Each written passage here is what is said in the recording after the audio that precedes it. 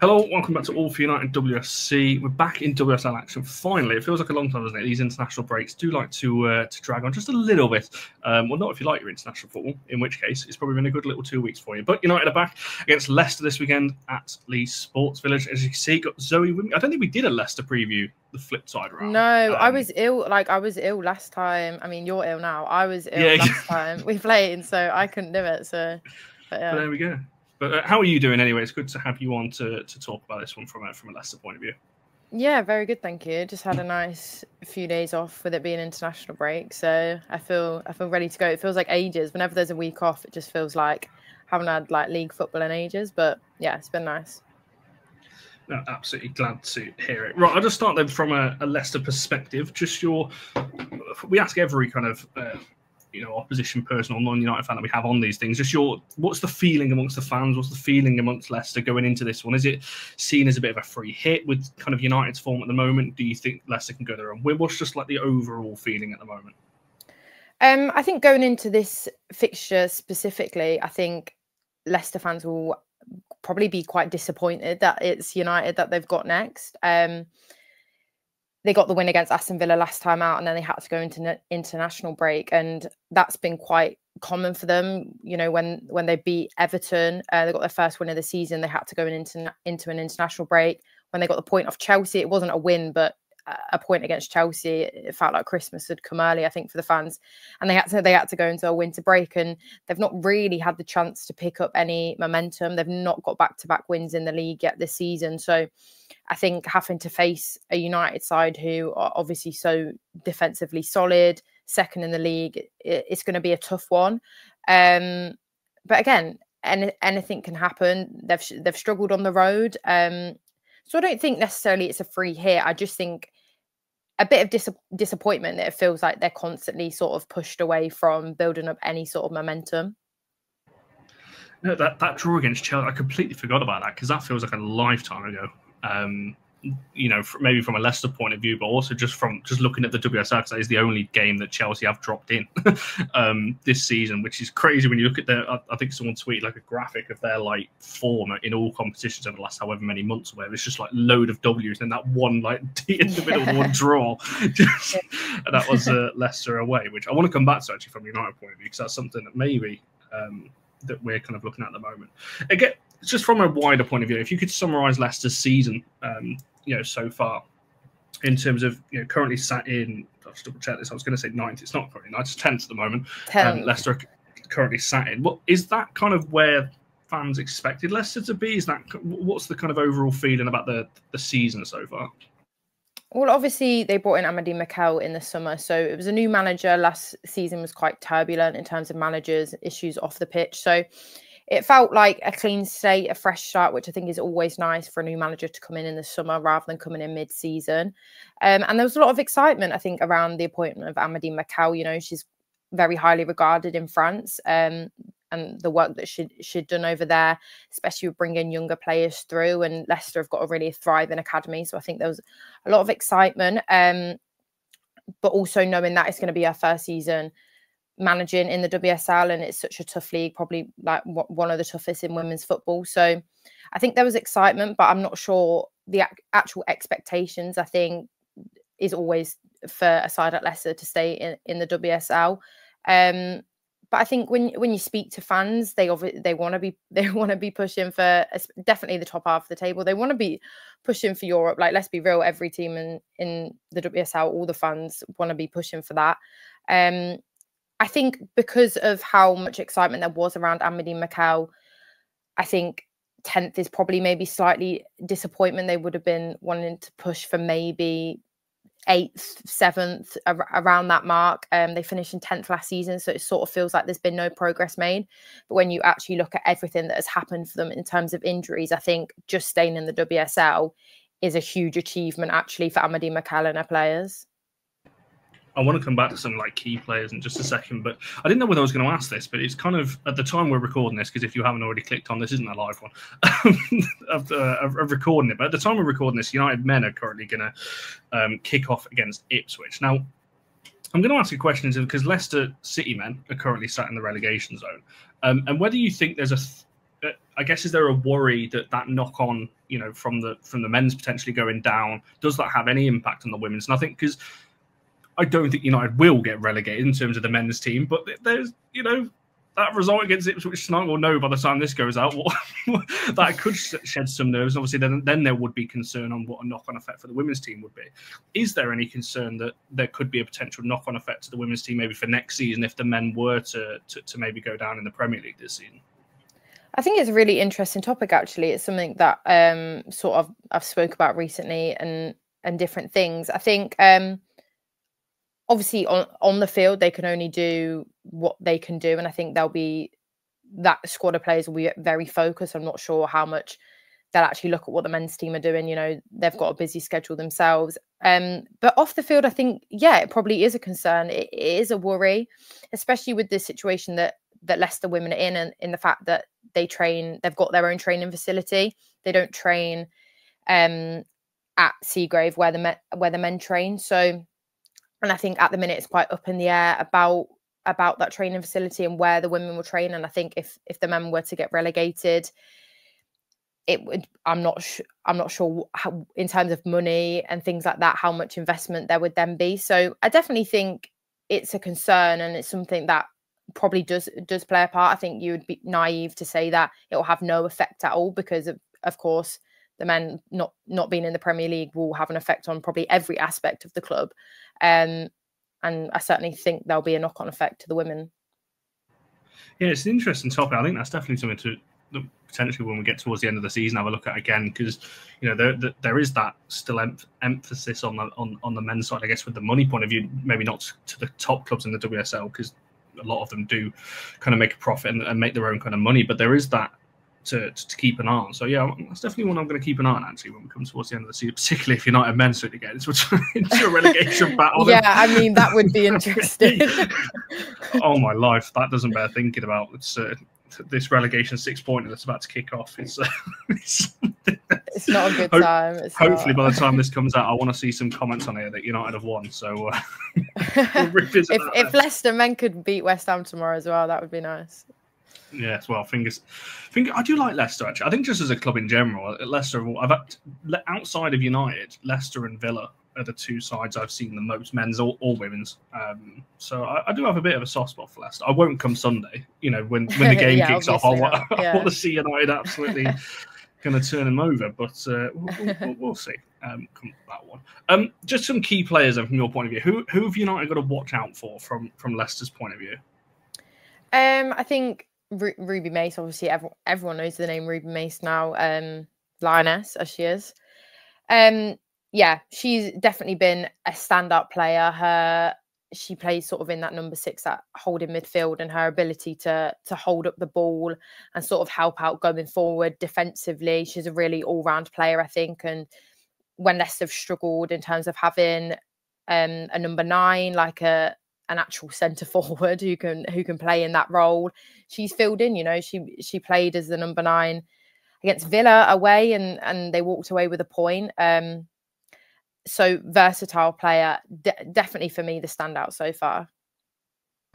Yeah, it's interesting you say, because obviously we've just spoken as well about, I guess, Leicester's lack of goals as such, and whether that's going to be a potential thing. I'm just looking at 9 goals. It's actually the lowest in the league when you're looking at goals scored. On that one, is there any goal threat from Leicester's point of view, in terms of, can you see anyone from, obviously you're looking at this game, and for a neutral, it's probably, or from someone who maybe wants Leicester to win, it's probably not, the odds are not stacking forward, because you're looking at the team that scored the least against the team that's conceded the least in United. So it's it doesn't look great. But is there anyone in an attacking sense for Leicester that could cause United some problems, you reckon?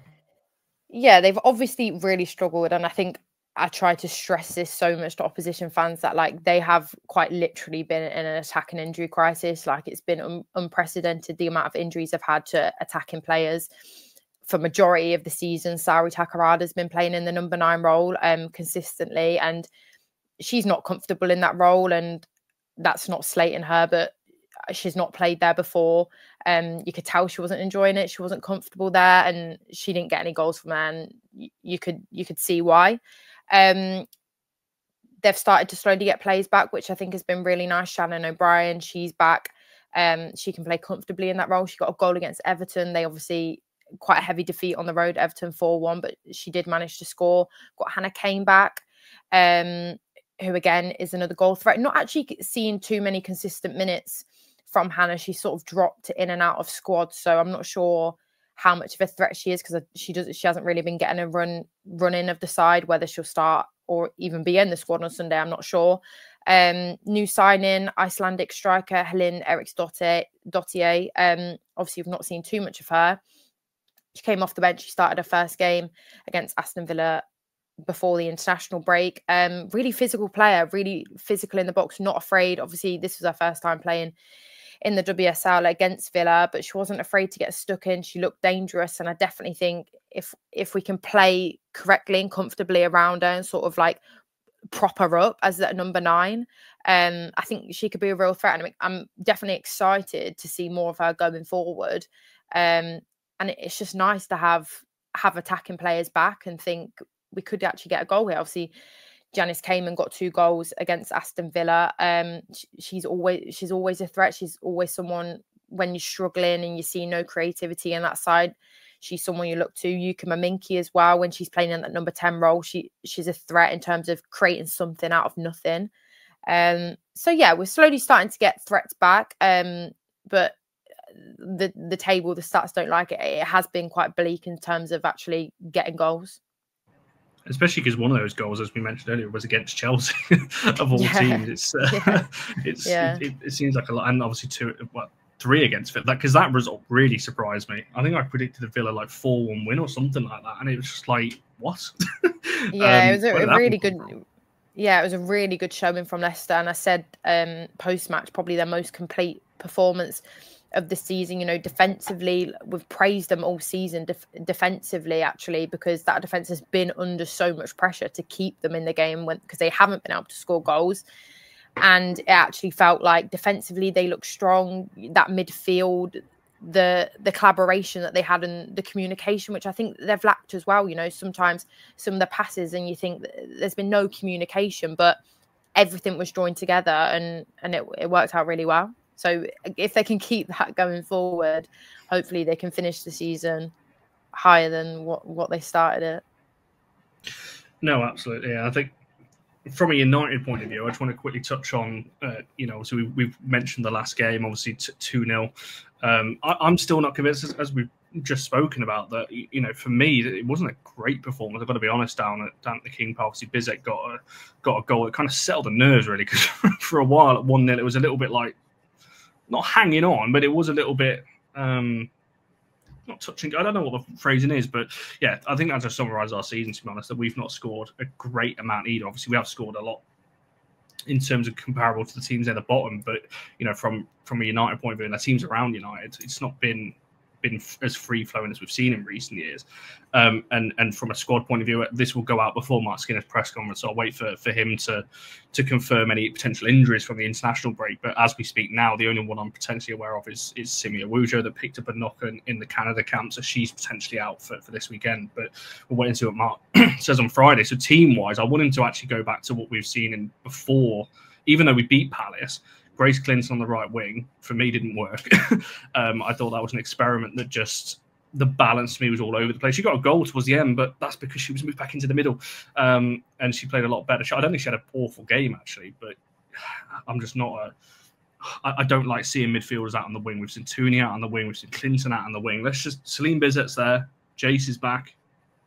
Play an actual winger there. Especially Jace, actually. She's played really well against Leicester in the reverse fixture. So yeah, maybe I don't know whether it's too soon for maybe to be starting, but if she's available, I'd be starting somebody like her. Is there anyone you look at in the United squad and think, I don't want them to start to maybe from a Leicester point of view, or what's your kind of thoughts on that in terms of from a United, maybe from an attacking point of view, because we probably know what the back 5/6 is going to be. Well, the name that comes to mind straight away, I mentioned her to you earlier, Ella Toon. I just think first off, she's a joy to watch when she's on the pitch. Taking any of my bias out of it, she just is. But I think you look at her stats since she's returned from injury, I think she looks like a different player. And everything that everyone said about that injury being potentially the best thing that's ever happened, I think is so true. And I think she's not someone that Leicester fans will be wanting in the side. I assume she's probably going to start. Yeah, she always looks like she's going to score, I think, when she's playing. So yeah, I'd prefer her not to start, I think. And it's an interesting conversation with her and Clinton, because there was a lot of discourse in the summer whether they can play together. We saw it at the start of the season, but it was Tooney out of position. We saw it against Palace, but it was Clinton out of position. So it's like, but we have seen them together with just Janssen or Hinney potentially behind as well. So it can work, those two together. I just don't want either of them shoved out in the wing. And unfortunately, if that means Tooney's been in better form, so if that means Grace misses out, unfortunately, I know there's a lot of Grace fans that have been coming at me over the last few weeks for suggesting that she shouldn't be starting. But I'm sorry, she's not been playing better than the midfield three of Tooney, Miyazawa and Janssen. So it's just unfortunate. That's just what happens with when you fall out of the team. So yeah, that's kind of what I'd be going for in terms of Turlands, J/Bizet, Golson, and then a midfield three that we just said in the likes of the back five pits itself anyway, provided no more injuries. That back five would be Maya Millie, Riviere, Gary George, and Fallon Tullis-Joyce as well. I want to ask you then, from an outsider's point of view, looking at United, something that we've just briefly spoke about as well, that what's your thoughts on United this season? Because the fan base is very mixed, it's fair to say. I think some are seeing this as a really good season, some are quite content, some still think it's a bad season. Obviously, we're still in the FA Cup, second in the league. The title probably isn't going to happen, but it could be. It's probably without a reach, I think, with Chelsea's drop points in 3 games. So for me, it's out of reach. But still second in the league, which I think most fans would have took. How do you view United this season? Do you think it's been a good one? What's your kind of thoughts watching them from the outside? I feel like looking at United, a team like yourselves have always got to be going for the likes of the FA Cup and the League Cup. And I think you should be setting your sights on winning that FA Cup. But I think to also be doing that and competing in that and be sat second in the league, I think to me that feels like a good season. I think when I have watched you this season, especially in the latter parts of the season, I think quite complete performances, like some good performances in there. So I think you've got to be pushing for the trophies.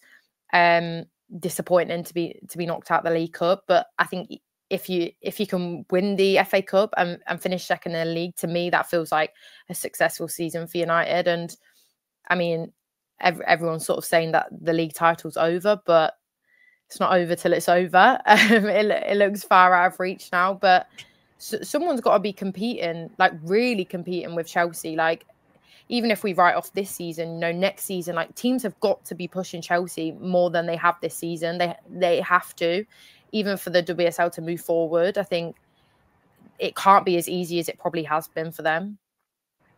Yeah, because you can come back, by the way, because I like the fact you said it's never over till it's over. So that's going to fuel my delusion. That game at Chelsea against City is a massive one, because if most United fans want Chelsea to win that, because that pushes City further away from us in terms of that top 3. But if City win that, United win obviously their game that week. I don't know who we've got when they play. But City win that and United win. It's only 4 points. And Chelsea have still got to come to LSV. United win that, it goes to 1 point. Then you look at it, see what you've done. It's scary, yeah. You're feeding into the delusion that I've given you, and it's a dangerous game. We've still got City at Old Trafford and then Arsenal at the Emirates after that Chelsea game, so the odds are still massively stacked against us. But I do agree. I think Chelsea are just you take away that Leicester draw, Chelsea would have won every single game this season. Yeah. And that's a scary prospect in itself. And they've added 2 brilliant additions in January, and Sam Kerr to come back, and Mia Fish and all these other players as well. Like their squad is going to get stronger towards the end of the season, not worse, which is just a scary prospect in itself. So, but no, I think an FA Cup and a second place. Yeah, you sort of like look at it and you think, oh well, if we beat this team, then it goes down to 2 points or whatever. And like I feel like Leicester fans do that, but at the other end of the scale, because we beat Villa, and you're sort of thinking, God, we could actually be safe here. And then you think they've still got to go to Crystal Palace and play them. They've got West Ham on the last day of the season, which I think that could be a huge game depending on how things go. But I think actually getting that win against Aston Villa has just put them in such a better position than what they were. They feel a lot safer than they were, I think, if they lost that game. it would have been quite scary going into the next few games. But I think the Crystal Palace game for them away is obviously massive. Palace are going to be fighting for the absolute lives to stay in this league. And then obviously West Ham on the last day, I think. Yeah, there'll be nervous games, I think. Well, it's only 4 points between Palace and Villa, and I don't want to go away from the game too much. But yeah, 6 points between Leicester and Palace. As you said, that win was massive because Leicester don't win that. It's only 3 points between Leicester and Palace. Yeah, whole different story then at the bottom of the table, and then obviously every game then becomes massively important. Whereas I hope this doesn't come across as disrespect to Leicester, but I think when Leicester are probably looking at the games remaining in the season, this weekend is probably not one like that's why I called it a little bit of like a free hit. It's almost just like it's not a must win for Leicester. It's almost just like they'll obviously go there and want to win, but it's like if they lose, that's not a season defining loss. Whereas you lose to Palace, for example, or a game like that, then it becomes even more important. So I think we have a squad of players though. I ask him it all the time because Leicester are a team that majority of games that they go into are the underdogs. So I bring it up to the players all the time, and I think that they do thrive off that. They thrive off being the underdogs in the game. So I think actually, yes, maybe they haven't picked up points necessarily in those games, but you look at the performance against Arsenal at home, and for me, the large majority of the game, they were the better side. And I think games where sort of all the outside noise is you're going to lose or you're expected to lose, I think they actually thrive in those games better than maybe Villa at home, Crystal Palace at home. I actually think they're better going into the likes of Man United, Arsenal, Chelsea. Well, it's funny you say that. Leicester's next few fixtures are United away, Chelsea away, Arsenal away. And so maybe we'll come back to what I've just said after we see how many points they've got.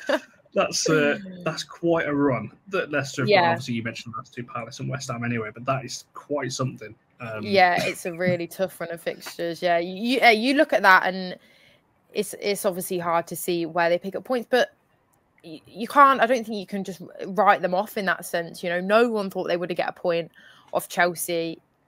No one would have expected that, and they went and did it. And they didn't just do that, but again, they put in a really good performance. And actually, I was certainly disappointed that they didn't come away with a win from that, because I think they probably deserved it. And I think they were even slightly disappointed post-match that they hadn't got all 3 points. And to say that against Chelsea, not many teams are going to say that. So we're not writing them off, definitely not. And you never know what the underdog can do. Again, from a United point of view, the worry would be that, you know, I go back to, I know we're a different team since then, but United did draw at home 0-0, obviously, with Aston Villa towards the start of the season. So it is possible, and obviously you just mentioned Leicester and Chelsea as well. It is possible for teams at the top to drop. Look at City, for example, they've dropped points as well. Everyone has in this league. And you just never know, because I think United fans are getting a little bit, me included at times, a little bit maybe comfortable of the fact of they're looking at the next few games. Leicester, Sunderland, then I think we've got, we're away to Liverpool and Villa. I think United fans are just looking at it going, yeah, win all of them, you know, up to the Chelsea game. Whereas on paper, yes, and you know, but it doesn't always work out like that. That you know, there is that one game. Palace could have been that. It was 1-1 at half time, you know, and come out in the second half and score a couple. But that game could have been the one that was a little bit nervy as well. So I don't think it's as easy as I think people are maybe looking at the fixtures on paper. On that one. My final couple of questions in terms of what is a successful season for Leicester now then? Obviously looking at the league table, I think probably 7th, 6th is probably possible. You're looking at a 5-point gap to 6th, so that could happen. 2 points behind 8th place West Ham. So what is a success now for Leicester towards now at the end of the season? I think first and foremost is actually securing that safety in the WSL for next season. I think they'd all be openly honest about that. The manager openly said the focus is on the league. They need to be in the WSL, regardless of what the men are doing, regardless of what investment comes their way or anything. They have to be in the WSL. That's the only way they're going to be able to properly compete in women's football. They finished 10th last season, so if they were to finish 9th this season, for me, I would say that's a success, especially with the injuries that they've got. I think this is not a normal season. Fans will look back on the season and they'll just see the injuries. I think it won't be, oh, we put in some terrible performances, or we finished 10th. It will be, God, remember when we had all those injuries? I genuinely think that's how people will remember this. So I think just to stay in the WSL is a success with what they've had to go through. If they could push on now and really pick up some points and finish 9th, finish 8th, you're building on last season. There's progress. So if you can get progress in a season where you've literally had no number 9s, you've had no real attacking options, then I think that's huge for Amadee Mcgrady. And I say this all the time, I think she's got a long-term project in place for Leicester City, and I think the fans have to stick with it, and it might take a few years, but I actually think what she could create could be something really special. No, well, and you look at the last couple of years that teams, I mean, Leicester in the FA Cup last season, for example, it is possible that teams can go on a bit of a run, or, you know, Brighton this season, I know they've not been great, you know, recently, but Brighton at the start of the season, people were looking at them as top 4, top 3 contenders. So it just shows that bit of stability and just building on it season by season. Villa have done it in recent years. Liverpool last season flew up the table and, well, finished above United last season. So it can be done. Spurs, you know, under Villa have a team that opposition fans have looked at Spurs as a dangerous outfit as well. So, yeah, like you said, stay in the league and building on that is certainly the best way to go. Yeah, sure. From a Leicester point of view. Right, I'm going to ask you for a score prediction then before we wrap this one up, if you've got one. Yeah. Someone asked me this earlier, so I've got it in my head. Oh. Is it a head one or a heart one, or what's the... No. A little bit of head, little bit of heart, but this is my genuine, like, if someone asked me just straight up, what's your prediction? And I'd sort of had this in my head sort of over the international break, just what I thought. You want me to say it? Yeah, go for it. 1-1. 1-1. I don't like that. I liked what you were saying, only I don't like that. I thought you were going to say like 2-1 United or something. No, I think 1-1. I do genuinely think it'll be a draw. I think they'll get something. I don't know how to follow that. That's not what I was expecting you to say. Okay. I mean, I disagree, obviously. I think obviously. From my point of view, I think 3-0 is a safe bet if you were looking at it from a United outlet. But yeah, you've got me worried now. How good are you? I think there's only two games this season where we've conceded more than 2 goals. To be fair, conceding 19, that's better than everyone around. It's the 5th least amount of goals in the league, and only one more than City. Yeah. So yes, you don't actually concede. Four of them goals were against Man City, and 4 of them goals were against Everton. That's not a bad record, actually, when you look at it. So we don't concede that many goals. Yes. See, you're worrying me now. 1-1. You brought up in the last, like... I'll just hit you with the hard facts. To be fair, Leicester do have a goalkeeper that I absolutely love, and I would, if it wasn't for Fallon, I would have taken it United hands down, and I fought for her to be getting in the team of the season over Mary Earps a couple of years ago against United fans when Mary was at United. But Yanina Leipzig, I think it's just exceptional. Else. Yeah, and only 25 as well, so you know, still, you know, got her best years ahead of her. So she's an exceptional goalkeeper that United are going to have to try and get past as well, should she be obviously playing in that one. But yeah, I'm going to stick with 3 now. Okay. I come to regret this. When we come to our review show on Monday, I'll be... you'd hope so. I think from a United point of view, you've got to go into it confident. Won all our last WSL games pretty comfortably as well. And quick starts as well.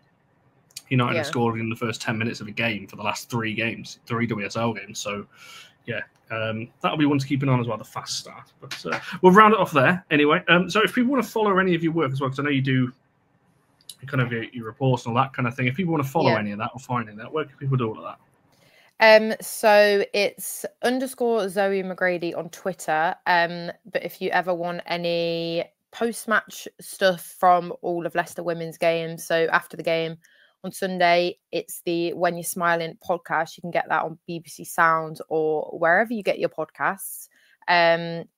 Post-match podcast episode after every game that we play. So that'll be up Sunday night.